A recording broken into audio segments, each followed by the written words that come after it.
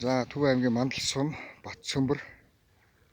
За ингээд ихнэр битээр яг одоо энд бас нэг ахуй амьдралаа залгуулаад бас нэг амьдарч байна. Одоо цас хайлаад цагаагаар бол сайхан байна л.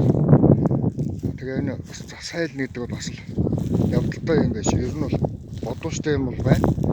Ер нь бол үер шар усны үер буух цас хайлаад одоо маш айхтай үер болдог тухай хүмүүс одоо ярьдаг. Тэгээд ер нь ингээ бодоод ер нь бол хэр зэрэг цас өвөл орсон байна. Тэгээд цас одоо хайлаад ямар шүү байдал үүсгдэг вэ гэхээр ер нь бол яг л гол яаж урсдаг яг л тэр л байна л да ерөөсөө. Одоо шоржигнол одоо яг л гол үүсвэд. Тэгээд одоо энд нь баг нуур шууч юм үүсээд.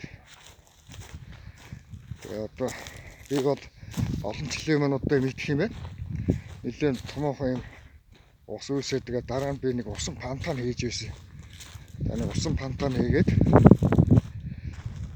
тэгээд нэг их хайтайгаа баримл литр барьж байсан. Тэгвэр зав хүртэл хийгээд хүүхдийн парк санагдуулмаар тийм зав хийж одоо энд хүмүүсэд хүүхдийн парк шиг одоо ингэж зугаалж байсныг мэдэх юм байна. Гэхдээ тийм айхтар бас хөсөд яах чи гэдэг биш байгаа. Сүүлд нь айхтар үер болоод бас байдал бас эвэрдсэн. Ер нь бол иймэрхүү байд юм байна. Цас хайлна гэдэг бол. За ер нь бол нэг иймэрхүү. Ер нь бол гэхдээ Бат Цөмбөрийн хувьд сумын хувьд бол байгаль цагуур зам бол их сайхан. Бас их гоё үзэмжтэй байгальтай газар шүү дээ гэж бодож байна.